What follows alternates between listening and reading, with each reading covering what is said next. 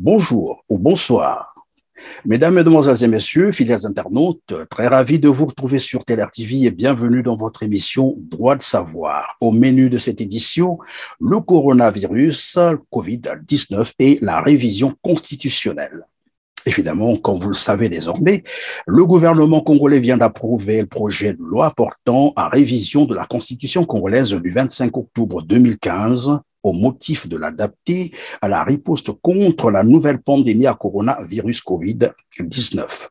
Quelques 24 heures seulement après cette annonce, Denis Sassou Nguesso a annulé pratiquement toutes ses activités, voyage compris, puisqu'il était attendu à Istanbul pour prendre part au 3e sommet Turquie-Afrique. Il ne s'y est pas rendu. À Pointe-Noire, c'est pareil, son activité a été annulée. Raison évoquée, tout son entourage ou presque serait atteint du Covid-19, sauf lui-même. Simple coïncidence des événements ou manipulation politicienne, je ne saurais vous le dire. C'est ainsi que je reçois aujourd'hui sur notre plateau Monsieur Didier Mouini Ivolo, porte-parole du Congrès pour la Renaissance du Congo, le CRC, qui va tenter de nous apporter quelques réponses à ces préoccupations. Moi, c'est Christian Perrin. Bienvenue à tous ceux qui viennent de se connecter sur TLR TV. Évidemment, vous avez eu raison. Félicitations d'ailleurs. Restez donc avec nous. Bonjour, monsieur Didier Mouini Ivolo. Bonjour, monsieur Perrin, et merci de m'avoir invité.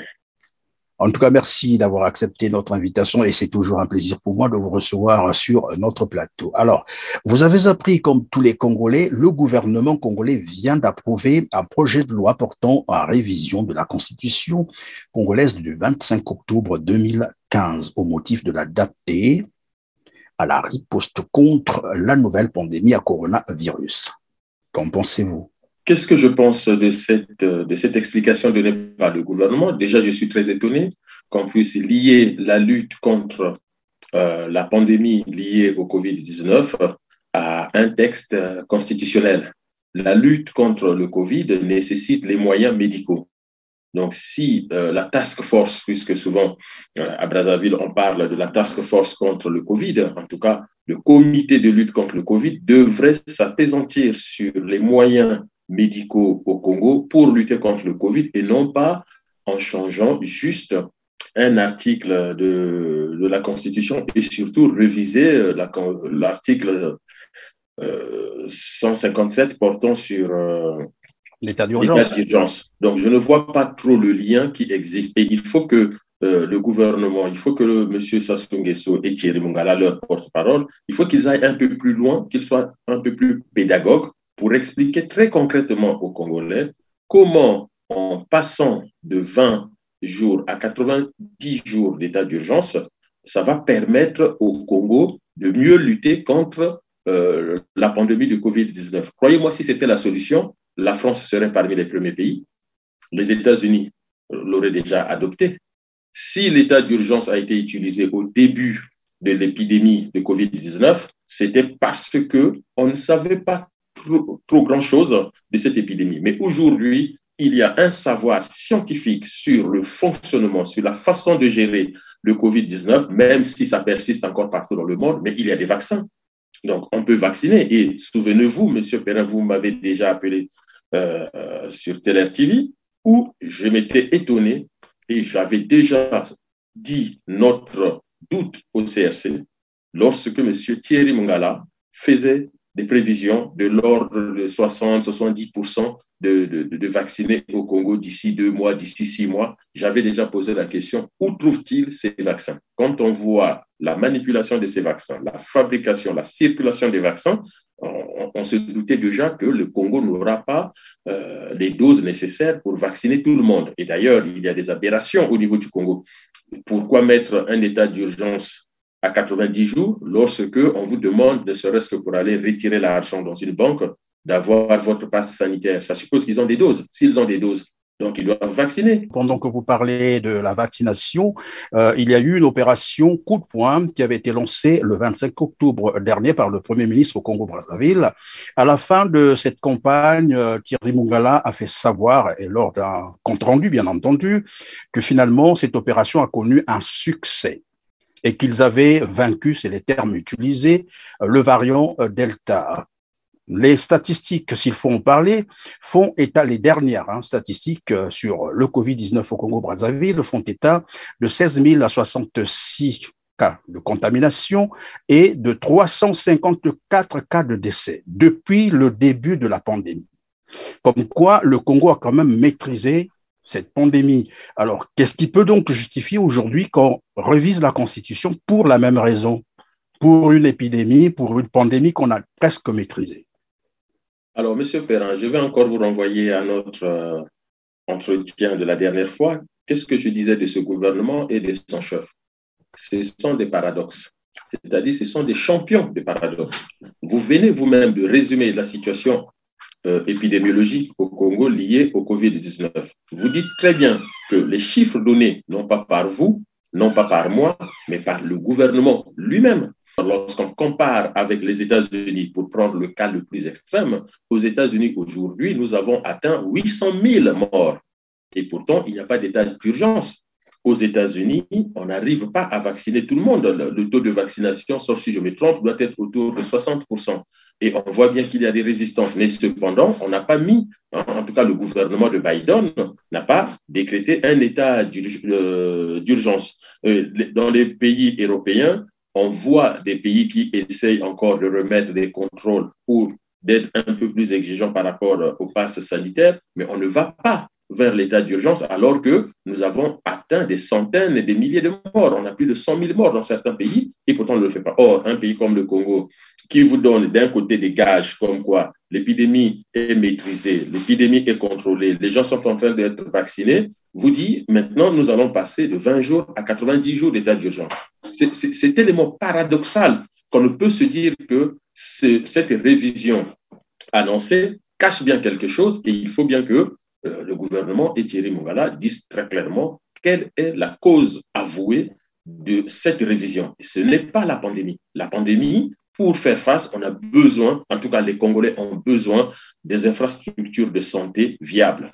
Si les infrastructures de santé ne sont pas à la hauteur de la lutte contre le Covid-19, ce n'est pas, en tout cas, un état d'urgence à 90 jours, à 200 jours, qui viendrait changer quoi que ce soit. Et puis, en parlant de l'état d'urgence, M. Perrin, mais l'article 157 qui traite de l'état d'urgence au Congo fixe le nombre de jours à 20 jours, ce qui est largement suffisant.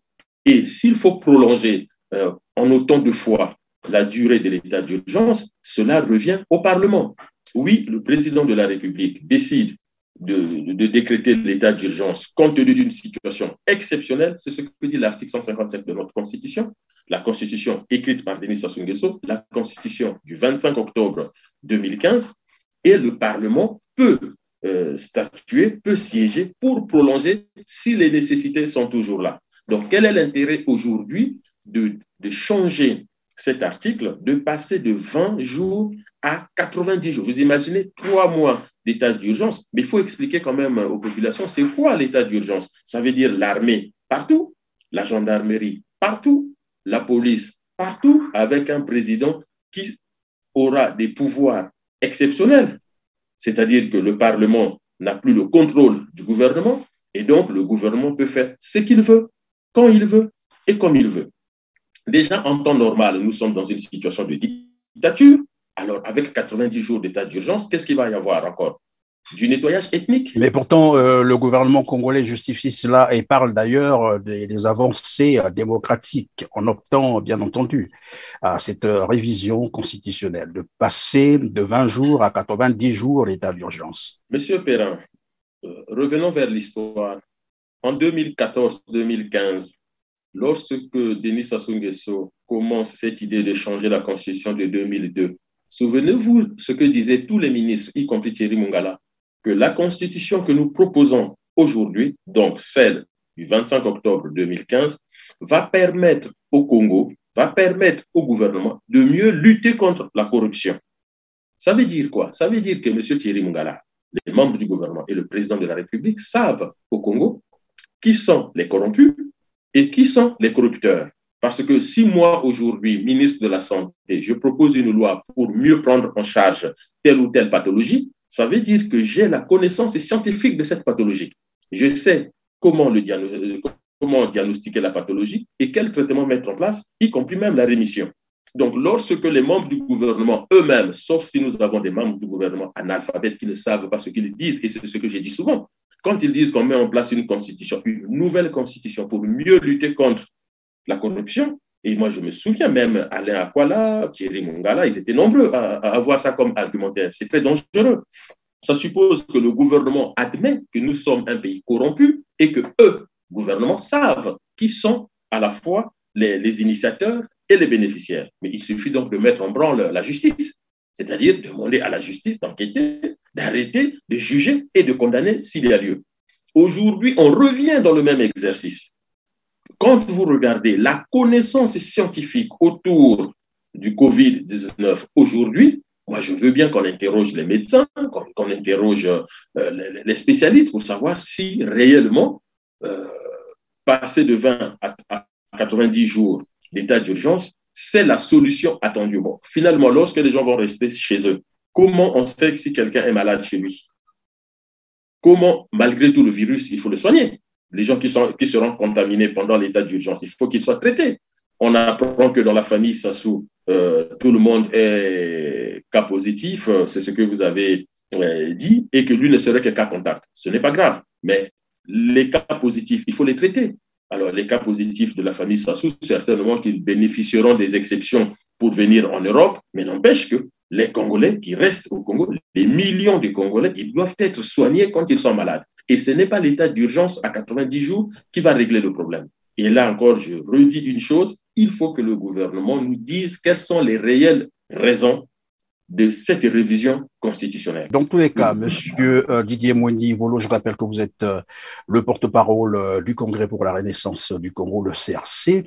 Alors, si jamais le mobile avancé, disons, mis en avant par le gouvernement congolais, notamment pour adapter la Constitution à la riposte contre la pandémie, la coronavirus, mais que ferait-on donc pour trouver des solutions contre, par exemple, les autres pandémies qui tuent beaucoup plus au Congo-Brazzaville? Je pense au VIH-Sida, nous avons le diabète, le paludisme, aux accidents vasculaires cérébraux, l'hypertension, bref.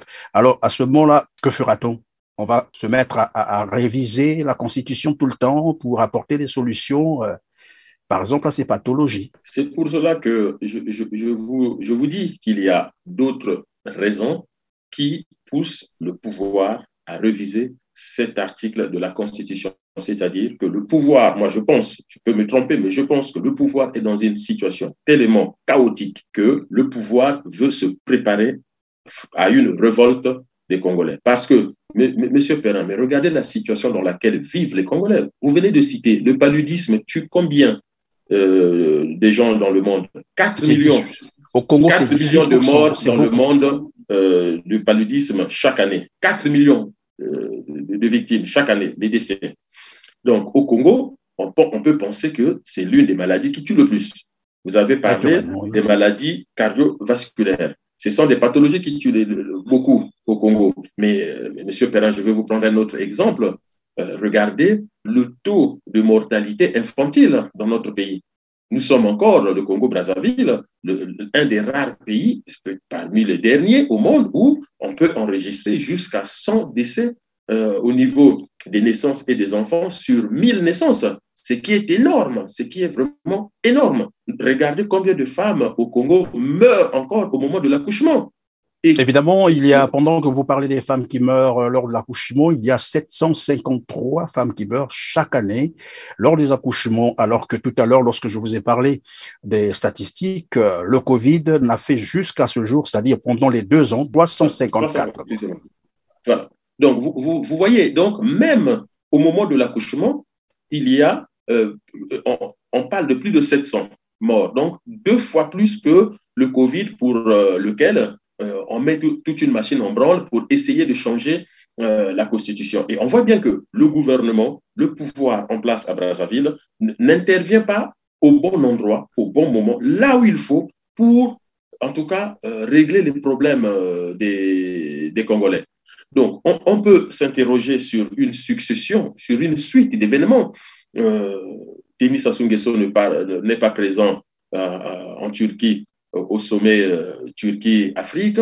Denis Sassou Nguesso annule son séjour de travail à Pointe-Noire, renvoyé au mois de janvier sans avoir une date précise. Alors, je vous rappelle que Sassou 1 avait une phrase qu'il aimait très bien, c'était renvoyer à une date ultérieure, au point où les gens parfois au Congo cherchaient dans le calendrier, renvoyer à une date ultérieure, ça correspondait à quelle date précisément? Donc, il renvoie au mois de janvier, mais on verra bien au mois de janvier ce qu'il va se passer. Et aujourd'hui, on nous dit qu'une grande partie de la famille de Sassou, mais lui ne serait que cas content. Je vois un peu au communiqué de Florent Tchiba, directeur du cabinet, ministre d'État et par ailleurs directeur du cabinet du président de la République. Donc, il y a une succession de faits qui laissent à penser qu'il y a quelque chose qui ne va pas dans ce pouvoir-là et le fait de vouloir, là, après tout ça, dire qu'on va modifier la Constitution, eh bien, en tout cas, il y a anguille sous roche.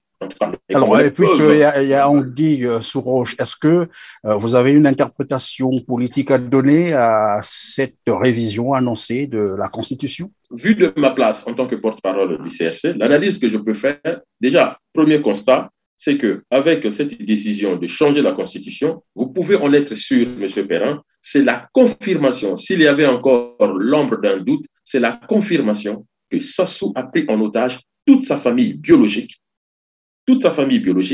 mais il a aussi pris en otage tout son clan, son parti, le PCT, mais aussi le Congo. Parce que décider comme ça d'un jour, un jour comme ça, de vouloir changer un article de la Constitution et personne ne réagit sauf le CRC, aucun député de l'opposition, aucun leader politique, même la société civile, sauf ceux qui ont l'habitude de réagir lorsque le pouvoir dérape, il y a un tel silence qu'on se dit, mais qu'est-ce qui se passe dans ce pays? Est-ce, comme disent les Congolais aujourd'hui, il veut préparer la succession de son fils, puisque dès lors que le gouvernement a dit qu'il y a le projet de loi organique portant modification de l'article 157 de la Constitution, tout le monde a dit c'est pour donner le pouvoir à son fils Christelle Sassou Nguesso. Et on voit les fantasmes que cela alimente. Mais moi, je pense qu'il a tellement pris en otage sa famille biologique, son clan, son parti et le Congo, il faut un qualificatif au-delà de la dictature. Ce n'est même plus une dictature. C'est maintenant une propriété privée parce que je me souviens de cette pub en France sur les assurances des véhicules où on dit à ma guise. Là, on est dans un cas où le président gère le pays selon son bon vouloir. C'est-à-dire que si demain il veut changer tel ou tel aspect des choses, il le change. Et donc, le Congo est dans une situation où, on l'a déjà dit au CRC, mais on le redit aujourd'hui, l'heure est tellement grave que le peuple doit réagir au travers de cette révolution du fleuve dont on ne cesse d'appeler de nos voeux, dont on ne cesse d'expliquer aux Congolais. Il y a quelqu'un qui disait que finalement, au Congo-Brazzaville, la Constitution, c'est Denis Sassou Nguesso lui-même. Et certains observateurs pensent également que la révision annoncée, bien sûr, de l'article 157 est une manière de donner une arme dangereuse aux mains d'un criminel. Est-ce que c'est votre avis? Mais bien sûr. Monsieur Perrin, si l'état d'urgence était une bonne chose, je vous dis encore, les grandes démocraties l'utiliseraient souvent. Pour ceux qui suivent l'actualité internationale et notamment l'actualité française, vous savez, au moment où les terroristes, je crois que c'est entre 2013 et 2015, quand les terroristes avaient encore repris leurs activités en France et qu'il fallait mettre en place l'opération Sentinelle. Vous savez, il y a eu un grand débat et vous verrez que dans les grandes démocraties, c'est toujours un grand débat lorsqu'il faut confier des pouvoirs exceptionnels aux forces de l'ordre et notamment à l'armée. Et d'ailleurs, sortir l'armée pour assurer les missions de sécurité publique, c'est toujours un problème dans les grandes démocraties. On sait que le fonctionnement de l'armée n'est pas le fonctionnement de la police. Et donc, lorsqu'on met un état d'urgence à 90 jours, ça veut dire que pendant 90 jours, l'armée bénéficie des pouvoirs exceptionnels qui peuvent glisser jusqu'au pouvoir judiciaire. Et nous avons souvent, dans de tels cas, des exécutions sommaires. Nous avons ce qu'on appelle communément des bavures, mais dans le cas de l'armée, puisque l'armée, c'est elle qui détient le matériel de destruction massive le plus terrible dans un pays. Ce n'est pas la police, ce ne sont pas les douaniers, ce ne sont pas les inspecteurs des impôts, Ce sont les militaires qui détiennent les bombes, qui détiennent les missiles, qui détiennent les avions de guerre, les hélicoptères de chasse, les chars, les bateaux de guerre. Donc, quand on dit qu'on va mettre en place un état d'urgence et que ça va durer 90 jours, vous imaginez? Je vous renvoie au film Coup d'État de Bruce Willis et Will Smith. On voit bien la compétition entre le FBI et le Pentagone pour parler un peu du cinéma. Mais c'est ça, c'est la réalité. Moi, je suis diplômé de politique internationale, M. Perrin. J'ai un master degree en politique internationale et je peux assurer les Congolais que si on vote cette loi de 90 jours d'état d'urgence, vous verrez les conséquences. Déjà en 97, quand Denis Sassou Nguesso revient au pouvoir, j'ai dit à certains amis, là où Denis Sassou Nguesso mettra le Congo d'ici 20 ans, même le diable n'aura pas fait ça. Même le diable. Donc, pour certains, ça peut paraître un jeu, mais c'est un vrai danger, cette loi de 90 jours d'état d'urgence. Non. Et surtout, M. Perrin, il ne faut pas oublier que lorsqu'on met l'état d'urgence dans la Constitution à 90 jours, mais c'est ce que le président décide en premier lieu. Or, c'est toujours prolongé d'égal au nombre de jours par le Parlement. Donc, nous allons avoir 6 mois d'état d'urgence où Sassou aura des pouvoirs exceptionnels, donc dirigés sans le Parlement. Déjà que notre Parlement, il est médiocre. Excusez-moi, ce n'est pas un manque de respect, c'est une réalité. C'est un Parlement médiocre. Alors, l'absence totale du Parlement, vous imaginez? Ça veut dire que depuis sa chambre, il décide de tout. Et comme quoi, comme disait d'ailleurs un de nos invités, que finalement, si jamais cette loi est votée, vous l'avez rappelé tout à l'heure, 3 mois peuvent être encore prolongés. 3 mois, donc on sera à 6 mois d'état d'urgence, une période nécessaire pour imposer, par exemple, son fils Denis Christel Sassou Nguesso et maîtriser d'abord, sinon jusqu'à faire asseoir le pouvoir. Monsieur Perrin, avant cette proposition du gouvernement de changer l'article 157, qu'est-ce que nous avons eu, nous, Congolais de Brazzaville, comme information? Que Christel Denis Sassou Nguesso est en train de travailler avec les Turcs pour avoir les armes et lorsque son père va l'imposer au pouvoir, il aura les moyens militaires pour le faire. Or, l'état d'urgence permet totalement cela. C'est-à-dire que l'armée est dehors, tout le monde est chez lui, personne ne sort et on vous dit un matin, Christel Denis Sassou Nguesso, c'est votre futur président. Eh bien, vous n'avez rien à dire puisque nous sommes sous état d'urgence. Vous ne pouvez pas manifester non plus. Vous ne pouvez, mais sous état d'urgence, ça veut dire plus de manifestations. Et d'ailleurs, le Covid-19 devient le pharmacon de Denis Sassou Nguesso, devient le médicament fétiche de Denis Sassou Nguesso. Vous l'avez dit vous-même, avec 54 morts en 2 ans, mais vous croyez que si en France, si dans le monde, chaque pays n'avait que 200 morts en 2 ans du Covid-19, ça n'entre pas dans la définition de l'épidémie. Donc, au Congo, il n'y a pas d'épidémie. Il y a des gens qui meurent de Covid-19, mais il n'y a pas d'épidémie au Congo.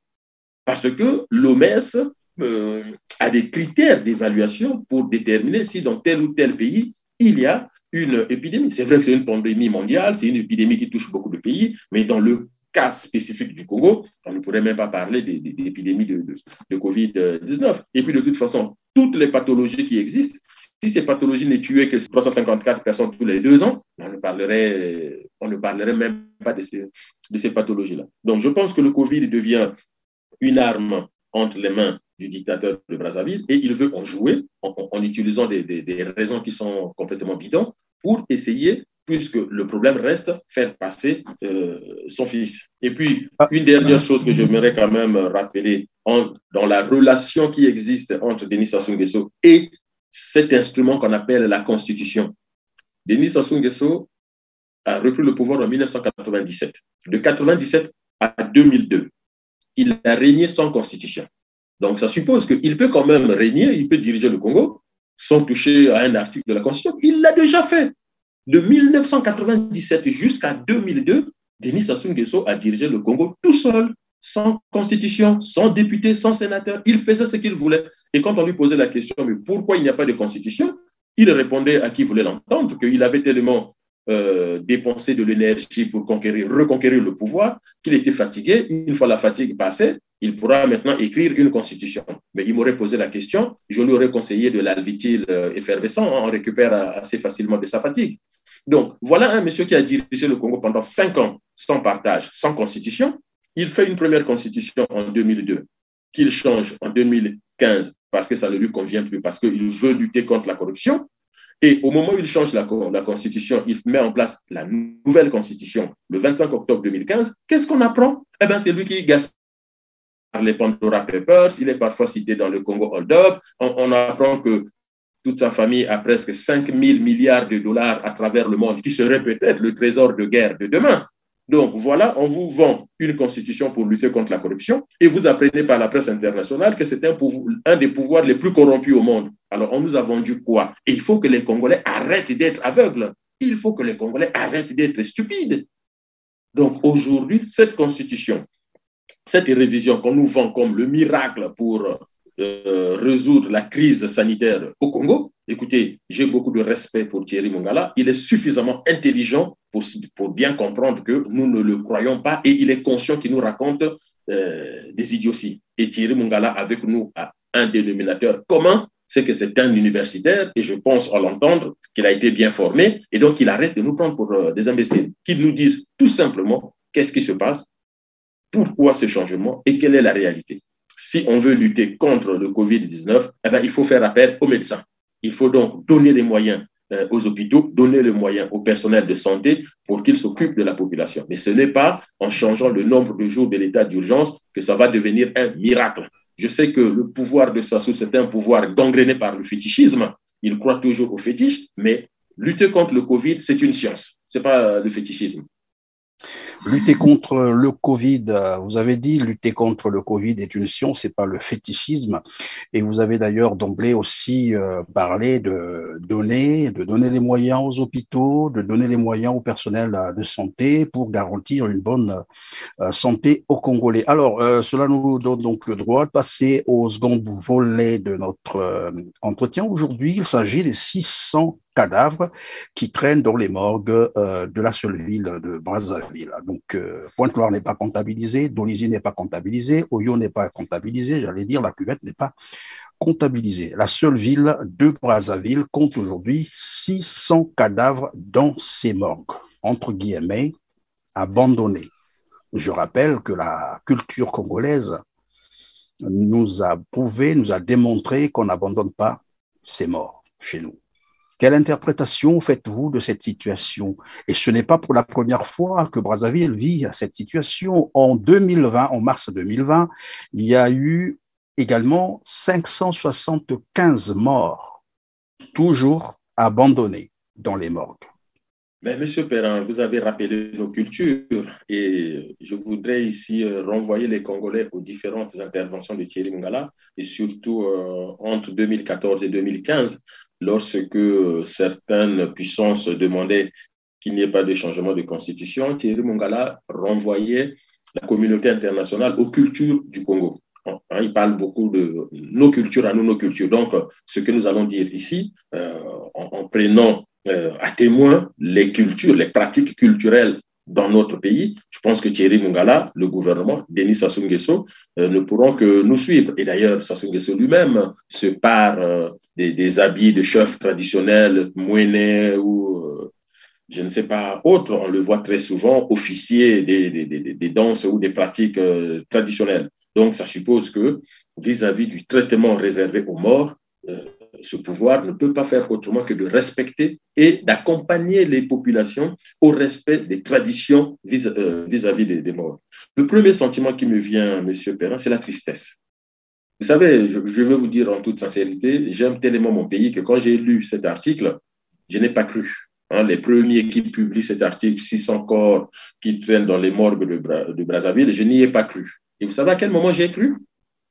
Quand j'ai écouté la réponse du ministre de la Santé au sénateur, quand j'ai écouté, je crois que c'est le ministre Thierry Mongala qui banalise un peu les causes. Crimes au niveau du commissariat central.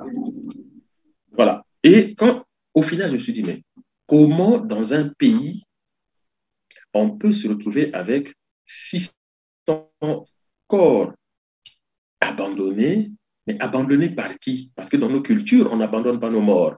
Même si on est pauvre, on ne va jamais, on va se débrouiller pour arriver à enterrer nos morts. Donc, j'ai commencé un peu à faire quelques recherches, appeler à gauche, à droite, regarder sur les groupes WhatsApp, Facebook, tout ce qui est publié, partagé et autres. Et je me suis fait ma grille de lecture pour comment atteindre 600 morts assez rapidement à Brazzaville. Mais vous savez, le crime organisé.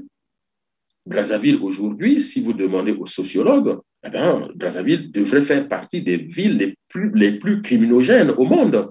Parce que la criminalité est tellement banalisée, organisée d'ailleurs par le pouvoir. Il ne faut pas oublier que les bébés noirs qui endeuillent nos familles, les bébés noirs ont été créés par le pouvoir en place. Les bébés noirs ne viennent pas du ciel. Les bébés noirs ne sont pas tombés du ciel comme un cheveu dans la soupe ou comme on nous disait dans certains cours de mythologie, Minerve tombée de la tête de Jupiter. Les bébés noirs ont été pensés, organisés, armés, manipulés et aujourd'hui encore par les gens qui sont au pouvoir. Donc le crime devient un moyen pour le pouvoir de terroriser les familles. On a vu des publications. Et des gens, semble-t-il qu'il y a une infirmière qui a reconnu qu'il faut payer 300 000 francs CFA si on veut récupérer un corps. Bon, déjà que le Congo est aujourd'hui le pays pauvre très endetté. Hein, c'est ça ce qui nous a fait entrer dans cette liste peu flatteuse. Parce que si c'était une bonne liste, les grandes puissances seraient contentes d'y figurer. Donc, quand on est un pays pauvre très endetté, ça veut dire que les ménages souffrent, les ménages n'ont pas d'argent. Et donc, braquer le corps, déjà, on organise la tuerie des populations et le pouvoir braque les corps, kidnappe même les corps, rétention des corps, puisqu'on dit les policiers qui l'ont tué nous demandent 300 000. Alors, on apprend même que si la personne a été tuée par 2, 3, 4, 5 balles, chaque balle coûte, je ne sais pas quel montant. Francs. Pardon? 50 000 francs CFA. Voilà, donc celui qui a utilisé ces armes, ces balles, ces cartouches, il les fait payer par la famille. On est à quel niveau de conscience humaine? On est à quel niveau de banditisme et de criminalité au niveau social? Et donc, ces corps ne peuvent pas être enterrés parce que ces corps qui ont été déposés par des pseudo-policiers, moi je ne les appelle pas les policiers, ceux qui le font. Au Congo, on a certainement des bons policiers qui font du bon boulot, on a des bons gendarmes qui font du bon boulot, on a des bons militaires qui font du bon boulot, mais nous avons aussi des policiers, des gendarmes, des militaires qui sont du côté du pouvoir et on voit dans les vidéos que les gens nous transmettent ou que les gens partagent que ces gens-là, ils passent leur temps à tuer. Tuer est devenu comme quelque chose de jouissif pour eux. Les gladiateurs qu'on croyait tuer leurs adversaires, mais au final, les historiens ont démontré aujourd'hui que les gladiateurs, c'était un cérémonial. Il y avait très peu de gens qui mouraient et ceux qui mouraient souvent par accident. Mais on est comme dans un film où vous avez des chiens qui sont lâchés comme ça à Brazzaville et leur plaisir. Moi, j'entends les gens à Brazzaville dire que dès que la nuit arrive, tout le monde se presse à rentrer parce qu'après, la nuit appartient aux bébés noirs. Vous avez un ministre de l'Intérieur, vous avez la police. La nuit ne peut pas appartenir aux bandits. Et même sur le plan économique, il y a toute une économie de nuit qui n'existe plus au Congo et c'est nous qui perdons en termes de pouvoir d'achat. Donc, ces 600 morts, quand le ministre explique les difficultés de l'État par rapport à la gestion de la mort au Congo, c'est totalement inacceptable. Et je le rappelle encore, je le redis, vous n'allez pas stopper tout ça, sauf à renverser le régime et le système. Parce que si demain, n'importe qui arrive au pouvoir, avec ce système gangréné, vous n'allez pas travailler avec ses préfets, vous n'allez pas travailler avec ses policiers, vous n'allez pas travailler avec ses administrateurs. Il faut que la révolution du fleuve renverse tout ça et reconstruire. Vous savez, lorsque une plaie, un organe est tellement malade, même la médecine la plus avancée n'a pas d'autre choix que d'aller vers l'imputation.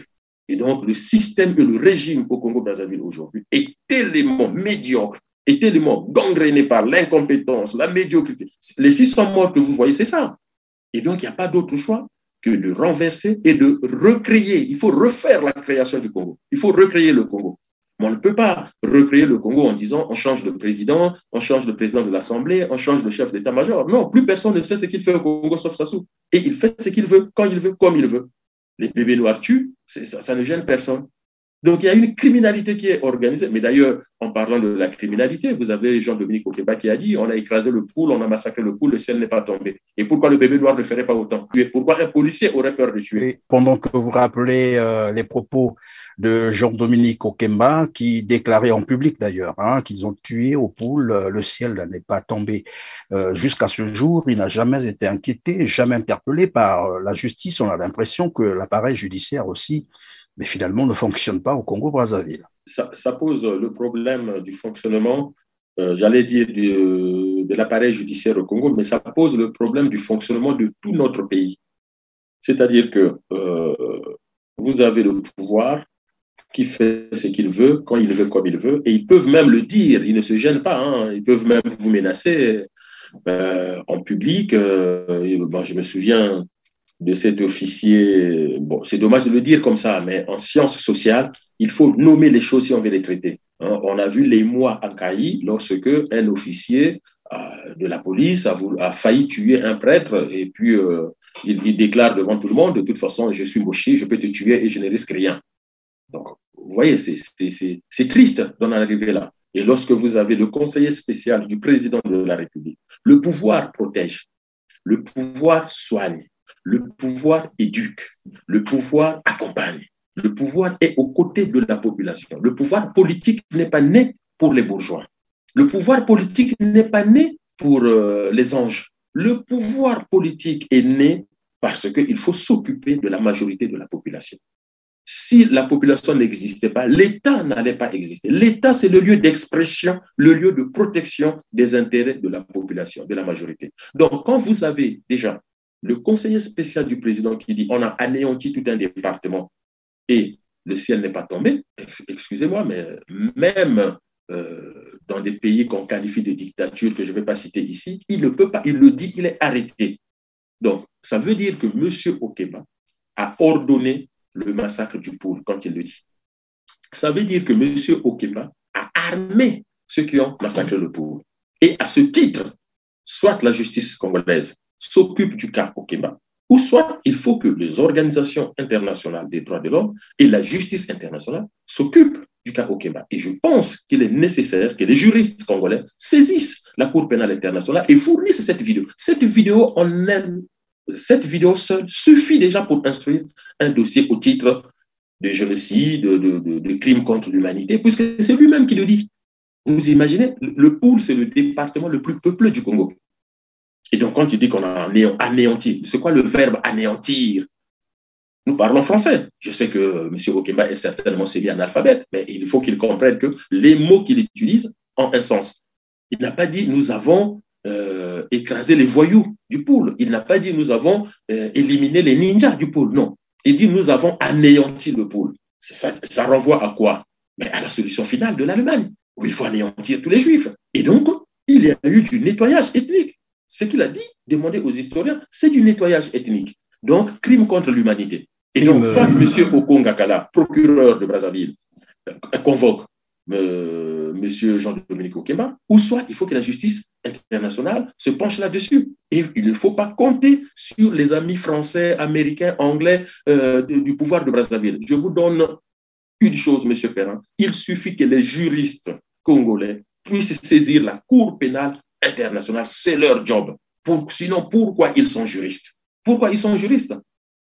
Ils ont fait du droit pour l'appliquer. Ils n'ont pas fait du droit pour aller vendre les bouts de pain au marché. Et c'est pour ça que je rappelle ma formation. J'ai fait politique internationale et je peux mieux expliquer certaines choses pour que les Congolais comprennent. Aujourd'hui, les ONG qui défendent les droits de l'homme doivent prendre tous ces documents et saisir la Cour africaine des droits de l'homme. Ils peuvent saisir l'Union africaine, ils peuvent saisir le Conseil de sécurité des Nations Unies. Si vous et moi, on écrit, ça n'a pas le même poids que lorsque un juriste écrit, que lorsque une organisation de défense des droits de l'homme, parce qu'ils ont des techniques pour ça. Et ils savent comment structurer la pensée, structurer la problématique pour que ça soit écouté et pris en compte. Oui, mais monsieur Didier Moueni-Volo, vous avez dit, vous demandez là, en fait, vous exhortez les juristes congolais de monter au credo, mais nous savons également qu'au Congo, tout le monde est tétanisé, tout le monde a peur, c'est quand même 40 ans de dictature. Est-ce qu'il n'y a pas possibilité que les Congolais qui sont hors du Congo, les juristes, bien entendu, l'élite congolaise qui est hors du Congo, puissent prendre en charge, par exemple, ce genre de dossier? Est-ce que ce n'est pas possible? C'est-à-dire de traduire, évidemment, ces criminels en justice. Mais je pensais surtout aux juristes qui sont sur la place de Paris. Je pensais surtout aux juristes congolais qui sont en Europe, aux États-Unis, un peu partout dans le monde, puisque en France, ils ne risquent rien. Des fois, j'entends, mais oui, mais même en France, c'est pas. Non, en France, ils ne risquent rien. Donc, faut pas se leurrer. Et je le répète, c'est leur job de saisir les juridictions internationales et de les mettre au travail, de mettre les juridictions internationales au travail. Parce que si vous ne les saisissez pas, ces juridictions pourront toujours se cacher derrière le fait que non, on a entendu, mais on n'a pas d'éléments. Non, ces vidéos, moi, je n'ai pas la maîtrise de la technique informatique, mais vous avez des Congolais qui maîtrisent bien les techniques informatiques pour prendre ces vidéos, les copier sur tel ou tel support et puis les fournir comme preuve à charge. Même si dans l'immédiat, il n'y a pas de réaction, mais surtout de faire savoir que la démarche a été faite. De faire savoir que la démarche a été faite. Évidemment, dans le même registre, nous avons M. Firmin Aessa qui proférait des menaces publiques contre un responsable politique qui va finalement trouver la mort quelques jours après, notamment le jour même de l'élection présidentielle de mars dernier. Jusqu'à ce jour, ce dernier, je parle bien de M. Firmin Aessa, la vidéo existe encore, lui également n'a jamais été interpellé. Ça donne un peu l'impression que finalement le crime est érigé comme un mode de gouvernance au Congo-Brazzaville. Est-ce que c'est l'impression que vous avez vous aussi? C'est même plus qu'une impression, c'est une réalité. Lors d'une campagne présidentielle, on ne peut pas monter à la tribune pour menacer un adversaire politique. Ce jour-là, M. Aessa n'a pas parlé de méga projets pour le Congo. Il n'a pas parlé de comment vont vivre les Congolais. Il n'a pas parlé de création d'emplois. Donc, le projet ce jour-là, dans le discours de M. Aessa, c'était un projet totalement criminel, c'est-à-dire menacer un adversaire au titre que si tu maintiens ta candidature, eh ben, tu verras ce que tu verras. Finalement, le candidat est décédé. Mais moi, je ne dis pas que M. Aessa a commandité son crime ou non, mais en sciences criminelles, lorsqu'on a un décès de ce type, déjà, à qui profite le crime? À qui profite la mort de Kolela? Puisque, en tout cas, l'ambiance à Brazzaville montrait qu'il allait gagner l'élection présidentielle. Et donc, le crime ne profite qu'à celui qui gagne l'élection à sa place. Et autour de cet environnement, est-ce qu'il a été menacé? C'est des questions de base, sans être le commissaire Kester, sans être Colombo, mais c'est des questions de base que tout le monde peut se poser. Est-ce qu'il a reçu des menaces? Puisqu'on s'est posé la question de l'empoisonnement. Oui, il a été menacé en public et devant tout le monde. Et les gens ont applaudi. Alors, il faut peut-être auditionner, mais mettre en garde à vue M. Aessa, quitte à ce que son emploi du temps, son planning et autres soient vérifiés et qu'il soit disculpé par les enquêtes policières et judiciaires. Or, on n'en est même pas là. On n'en est même pas là. Et à chaque fois, vous avez la même chose. Allons plus loin. On a retrouvé 6 corps dans un commissariat de police à Brazzaville. Le procureur et le ministre de la Communication et autres parlent de voyous. On essaye de noircir, en tout cas, la réalité des choses. Et au final, l'autopsie déduit à une mort par asphyxie et à la torture. Mais tout de suite, le commissaire, en tout cas les responsables du commissariat de police, doivent être suspendus. Je ne dis pas radiés, mais j'ai dit suspendus de leur fonction. Ils doivent être placés en garde à vue. Tous ceux qui ont travaillé ce jour-là, puisque l'autopsie donne la date, ne serait-ce que la date de la mort de ces 6 jeunes Brazzavillois. Et donc, ceux qui ont travaillé ce jour-là, il faut les suspendre et les mettre en garde à vue aussi. Le temps de l'enquête, ils sont à la disposition de la justice et ils ne peuvent plus exercer leurs droits. Leur devoir, leur travail était de protéger la population. Or, ils donnent la mort à la population. Il en va de même lorsque On ne sait pas pour quelle raison, dans un service, vous avez trop de morts. Il faut que le chef de service de cet hôpital soit suspendu, le directeur soit suspendu, les médecins de ce service-là soient suspendus et diligenter une enquête. Il y a toujours au moins 3 enquêtes dans ce genre de dossier. Une enquête parlementaire pour voir si la loi est suffisante pour permettre le traitement de ce genre de situation. Si la loi n'est pas... C'est pour ça qu'on fait des enquêtes parlementaires. C'est pour que si c'est la loi qui ne le permet pas, qui donne trop de pouvoir aux policiers et autres, on puisse corriger sur le plan législatif. Il y a une enquête administrative, c'est-à-dire que est-ce que le fonctionnement du ministère de l'Intérieur et des commissariats de police sur le plan administratif permet ce genre de crimes? Si oui, eh bien, il faut modifier. Et une enquête judiciaire, parce que s'il y a eu des fautes, il faut que les sanctions tombent. Or, au Congo, personne ne demande ces enquêtes. Moi, je suis même choqué de voir qu'au niveau de l'UPADS, les députés de l'UPADS qui sont de l'opposition sont incapables de demander ces enquêtes. Comment voulez-vous qu'on tue des enfants, on tue nos enfants, et on n'est même pas capable, excusez-moi d'utiliser un mot fort, on n'est même pas foutu en tant que député et sénateur de demander des comptes. C'est aussi ça qui renvoie un peu aux Congolais l'idée que le Congo appartient à Denis Sassou Nguesso et il en jouit quand, comme et où il veut, quoi.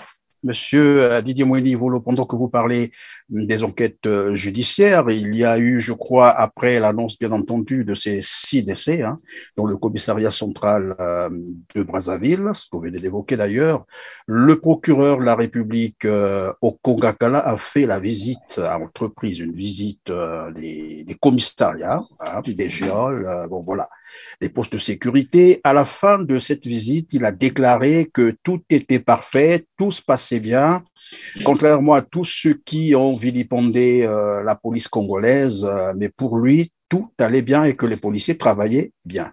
Et là, il vient faire cette déclaration juste après, bien entendu, les 6 décès dans un commissariat de police à Brazzaville. Quelle lecture faites-vous de ce genre de déclaration, de cette attitude d'un procureur de la République? Alors, M. Ngakala est un procureur extraordinaire. Croyez-moi, il est vraiment extraordinaire.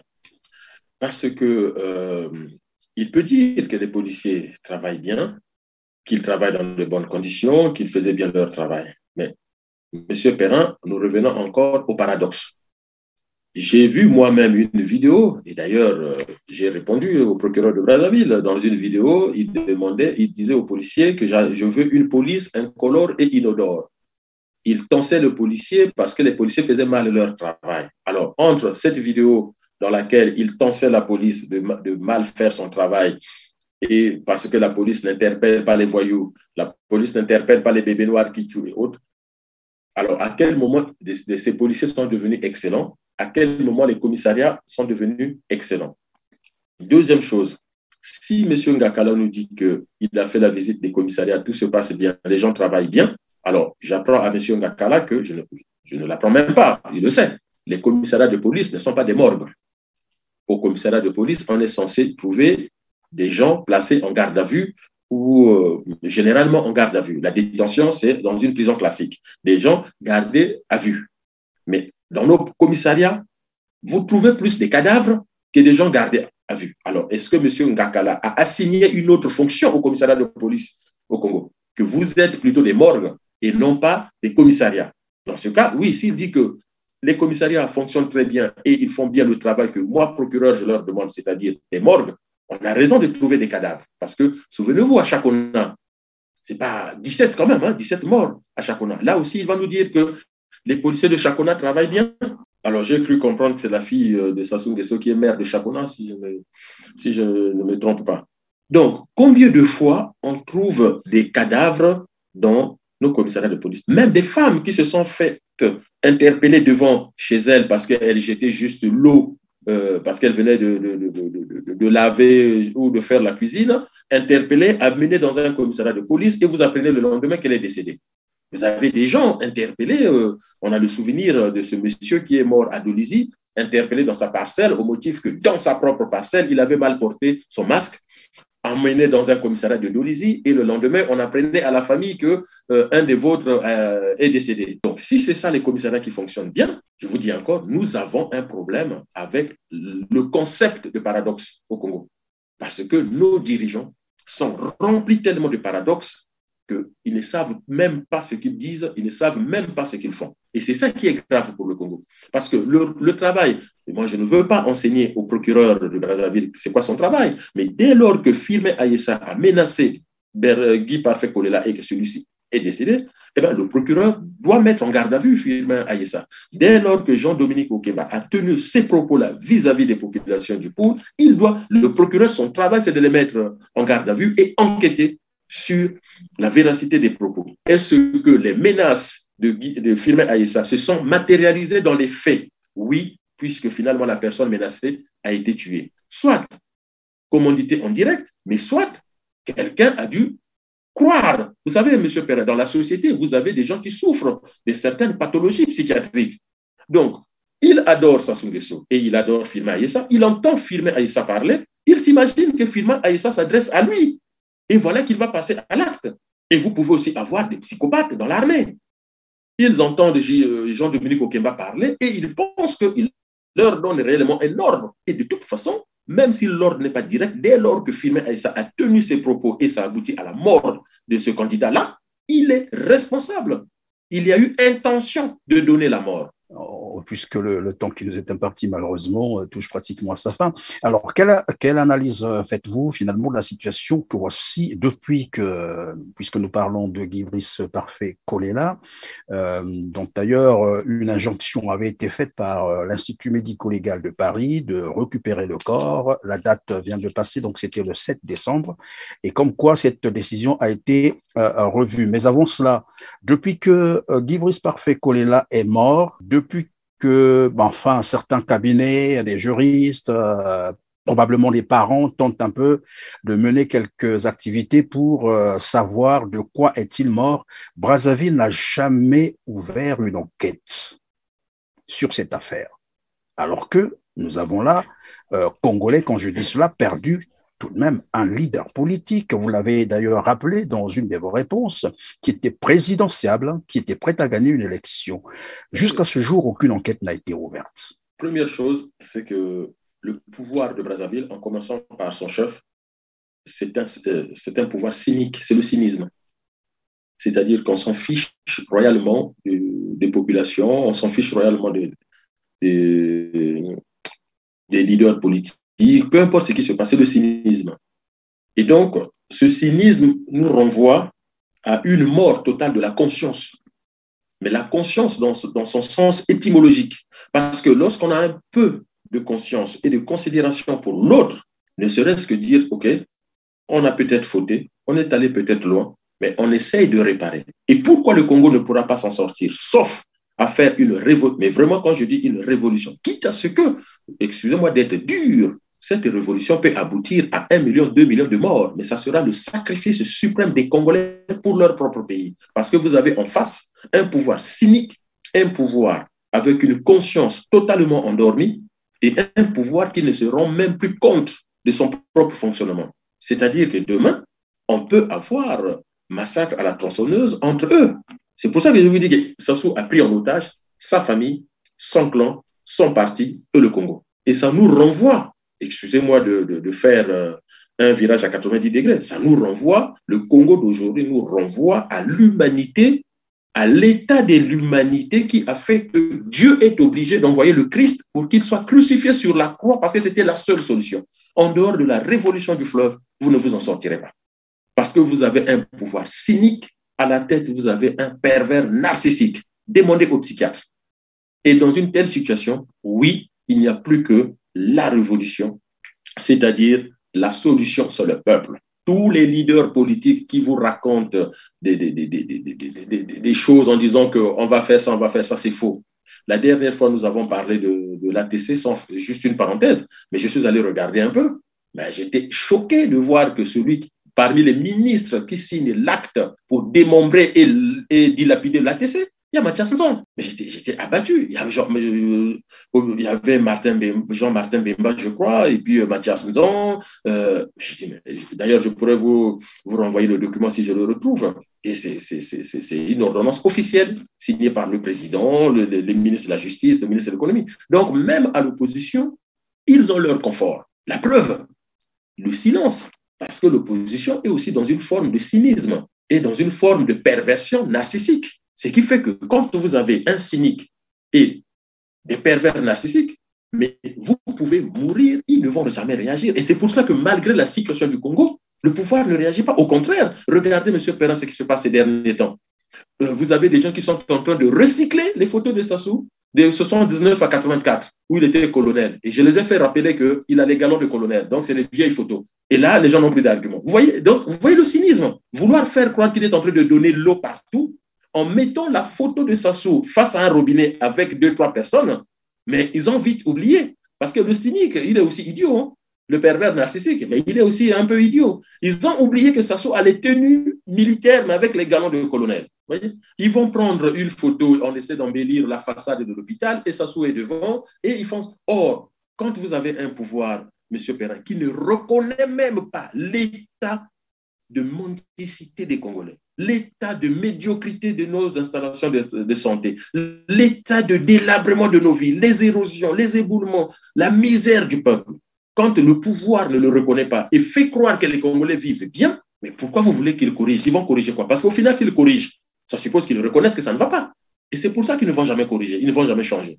Et la seule solution, oui, je le répète, c'est la révolution. Sans la révolution, croyez-moi, il n'y aura même pas une amélioration à 1% par année. La preuve, M. Perrin, excusez-moi, donnez-moi un domaine dans lequel Sassou Nguesso a excellé et on peut l'applaudir. Donnez-moi un domaine. Prenons la liste de tout le gouvernement. L'éducation nationale, qu'est-ce qu'il a fait pour qu'on puisse l'applaudir? La santé, qu'est-ce qu'il a fait pour qu'on puisse l'applaudir? L'emploi, la recherche scientifique, les routes, regardez l'état des routes. Il a peut-être excellé dans le changement et la révision des constitutions. Ça, vous avez raison. Ça, vous avez raison.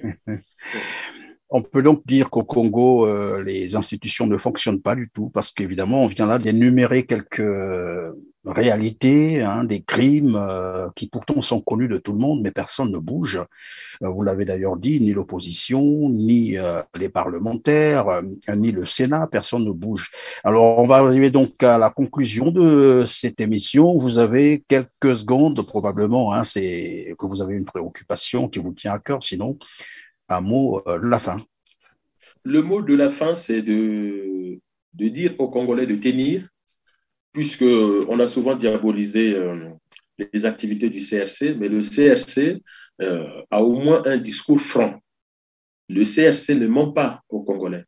Le CRC donne des analyses telles que les choses se passent et le but du CRC, ce n'est pas de remplacer le système, c'est de permettre aux Congolais de refonder le pays. Le but, ce n'est pas d'enlever le président et mettre un autre président, d'enlever le préfet. Non, ça, c'est des épiphénomènes. C'est carrément repenser le système politique et le régime politique au Congo. Et nous avons, au niveau du Congo, les Congolais de l'intérieur et les Congolais de la diaspora ont les moyens intellectuels, les moyens, les compétences et tout ce qu'il faut pour y arriver. Maintenant, nous nous sommes arrêtés sur une stratégie, c'est la révolution. Pourquoi? Parce que seule la révolution redonne la parole au peuple.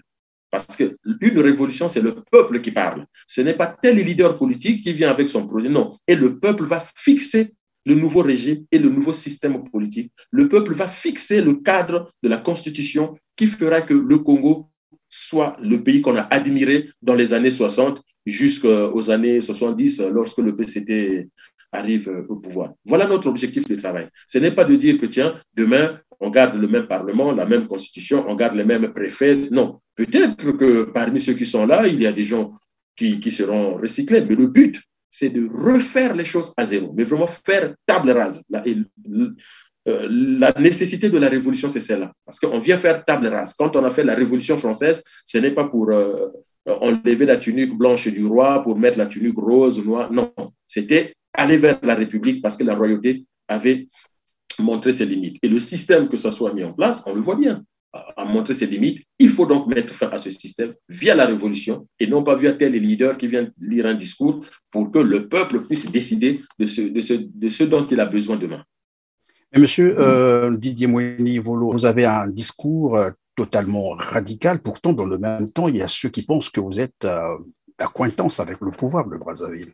Vous savez, les gens peuvent dire ce qu'ils veulent, mais si souvent les membres du gouvernement citent le CRC comme étant ceux qui veulent pousser à la révolte, à la révolution, à tout ce que vous Un pensez, coup d'État, il est arrivé qu'on vous accuse même de préparer un coup de force. nous, au CRC, on est contre le coup d'État parce que le coup d'État, c'est remplacer un système par un autre système. Et nous, notre but, ce n'est pas Parce que celui qui fait le coup d'État, il vient en position de force. Donc, il a fait son coup d'État et Sassou Nguesso est l'exemple typique. Il a fait le coup, ça fait 2 fois qu'il fait les coups d'État et à chaque fois, il s'octroie les pleins pouvoirs. Nous en appelons au peuple et nous ne disons pas que si demain il y a la révolution, c'est nous qui allons prendre comment on appelle ça, le pouvoir. Et d'ailleurs, le CRC n'est pas un parti politique. Mais au CRC, il y a des groupes de Congolais du nord au sud, de l'est à l'ouest, qui réfléchissent sur l'avenir du Congo, qui réfléchissent à l'après Sassou. Parce que Sassou, c'est une telle catastrophe qu'il faut que maintenant, nous puissions déjà réfléchir à l'après Sassou. Il ne faut pas attendre le jour où il ne sera pas là. Et au CRC, nous sommes prêts, non pas pour prendre le pouvoir, mais pour soutenir le Congo lorsqu'il faudra. Mais nous, on n'a pas vocation à dire qu'il faut qu'on soit ministre, président ou autre. Non. Lui, Pasteur, n'a pas été président et pourtant, on voit ses photos partout. Comment être utile là où on est? Voilà notre philosophie. Comment être utile là où on est? Et d'ailleurs, M. Perrin, vous voyez bien que à chaque fois, en tant que porte-parole du CRC, je prends la parole, j'en invite à la responsabilité de chacun, pas que du président. J'ai dit, il y a bien des préfets, il y a bien des juges, il y a bien des députés de l'opposition, et même les députés du pouvoir. Il y a bien des directeurs, il y a bien des policiers. Donc, chacun doit faire son job. Le système que nous voulons au Congo, c'est un système dans lequel chacun est responsable de son travail et il doit rendre des comptes, y compris le procureur. Le procureur, s'il ne fait pas bien son travail, il y a un autre procureur qui peut le mettre aux arrêts. Si le procureur ne fait, le procureur n'est pas tout puissant, il n'est pas au-dessus. Il faut que nous soyons dans un pays où la loi arrête la loi. Personne n'est au-dessus des lois, y compris le président de la République. Voilà. Et dans un tel système, puisque je dois rendre des comptes, je ferai attention à ce que je fais. Il n'y a pas une relation avec le pouvoir de Brazzaville. C'était là ma vraie question de la fin. Nous n'avons aucune relation avec le pouvoir de Brazzaville. Et si demain nous devons avoir une relation avec le pouvoir de Brazzaville, c'est la relation qui se limiterait à bonjour, au revoir, c'est-à-dire il dégage. Et que voilà, bonjour et au revoir, qu'il dégage. Donc c'est par là que nous mettrons terme à cette émission qui a porté évidemment sur les aspects d'actualité du Congo-Brazzaville. En tout cas, merci beaucoup, Monsieur Mweni Volo. Vous répondiez là aux questions liées, bien entendu, à l'actualité congolaise.